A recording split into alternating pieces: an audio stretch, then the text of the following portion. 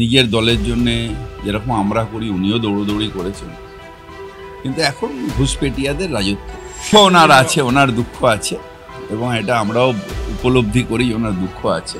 উচ্চিংড়ে নেতা এর ওপর রাগ করে কি হবে?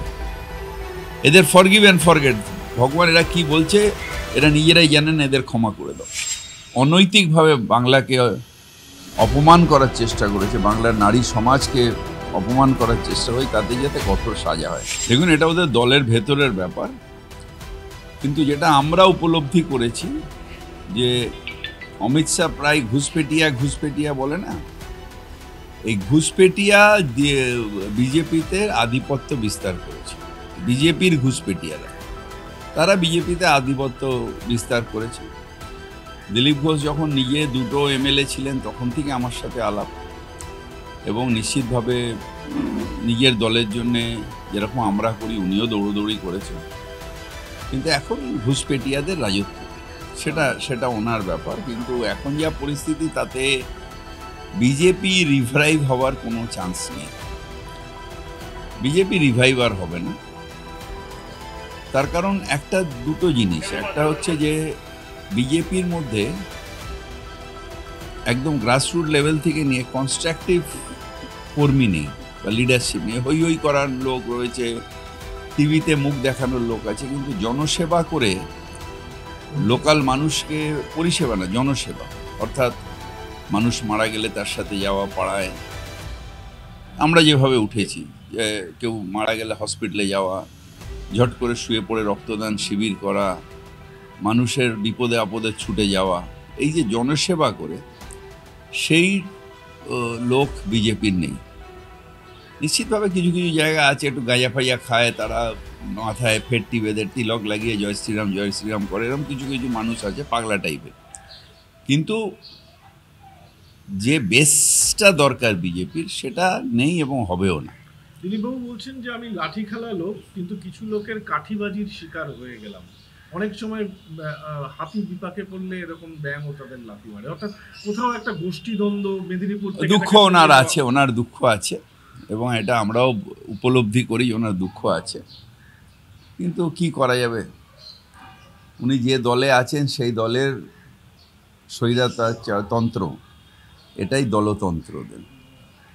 এর আগেও আমি দেখেছি বিভিন্ন চিফ মিনিস্টারকে, 3 বারের চিফ মিনিস্টার তাকে তুলে ফেলে দিয়ে একটা ফার্স্ট টার্ম এমএলএকে চিফ মিনিস্টার করে দিল।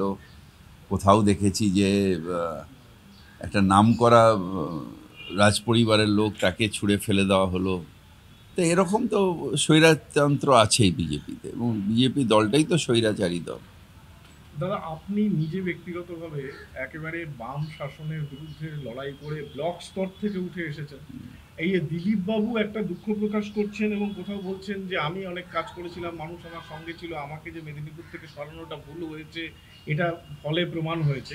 আমি এটা তৃণমূল নেতা হিসেবে না, একজন রাজনীতিক হিসেবে বলছি এই বিষয়টাকে। আমি ব্যক্তিগতভাবে মনে করি যে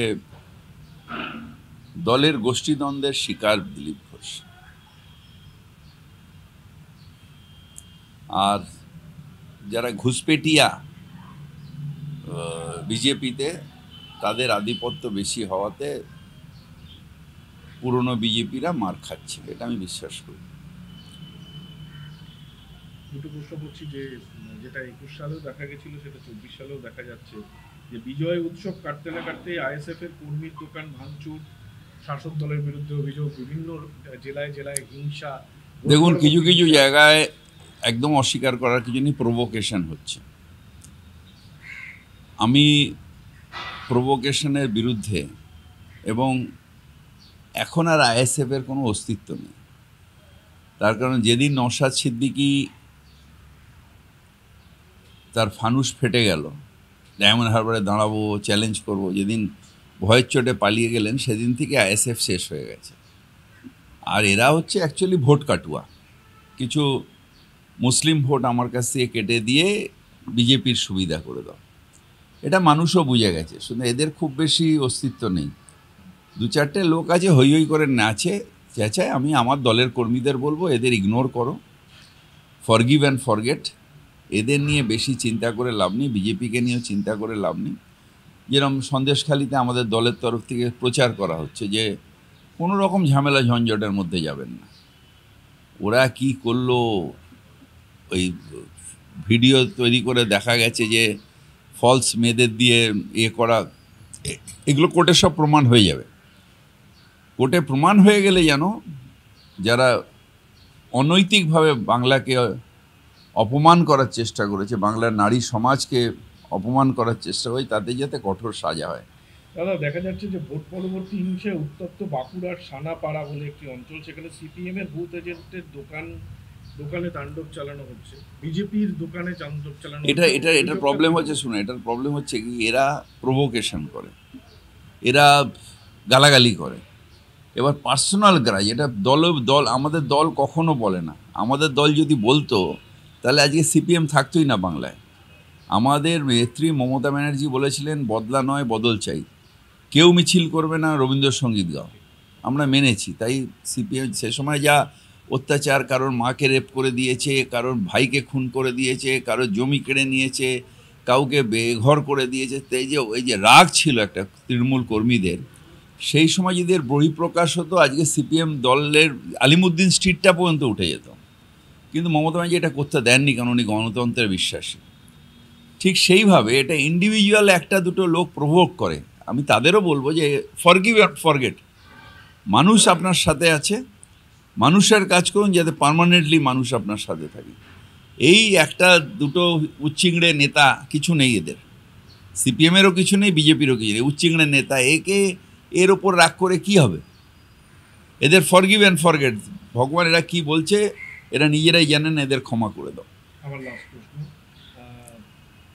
দুই কলকাতার যে দুই লোকসভা কেন্দ্রের নির্বাচন আমরা দেখলাম, তাতে 60-70টা ওয়ার্ড সেখানে বিজেপি এগিয়ে আছে, কোথাও 300 ভোটে, 150 ভোটে, 200 না, ভোটে। আপনার এটা ভুল হয়েছে। একটা 22টা আর এখানে 20টা, 42টা ওয়ার্ডে বিজেপি এগিয়ে আছে কলকাতা শহরে। তার কারণ হচ্ছে কিছু জায়গায় আছে যেখানে ইউপিতে বিজেপি হারছে, ওয়ারেজ তাদের স্যাটেলাইট যারা এখানে বসে আছে তারা কিছুতেই রামের থেকে মাথাতে সরাতে পারছে না। আর কিছু অ্যাফ্লুয়েন্ট জায়গা, অর্থাৎ যেখানে পয়সালা লোকেরা থাকে, আলিপুর, ভবানীপুর, এইসব কিছু কিছু জায়গা, পার্ক স্ট্রিট, এসব জায়গায় আমরা হেরেছি। তার কারণ এদের ডাইরেক্টলি নিজেদের স্বার্থের সাথে, মানে এনাদের মাথায় ঢুকে রয়েছে মোদি থাকলে ইন্ডেক্স বাড়বে, শেয়ার ভ্যালু বাড়বে। এই শেয়ার ভ্যালু বাড়ার চক্করে এরা মোদিকে রাখার জন্য ভোট দিয়েছে। সংখ্যাটা 70-80 নয়? না, 70-80 নয়, এটা কিছু সংখ্যা যেখানে আমাদের একটু ওই বিহার ইউপির লোকেরা রয়েছে, সেখানে কিছুটা ভোট আমরা হেরেছি। আপনি ব্যারাকপুরের ক্ষেত্রেও দেখবেন যে ওই বাইরে যেখানে আমাদের বাঙালির অধ্যুষিত জায়গা সেখানে আমরা জিতেছি, মুসলিম অধ্যুষিত জায়গা সেখানে আমরা জিতেছি।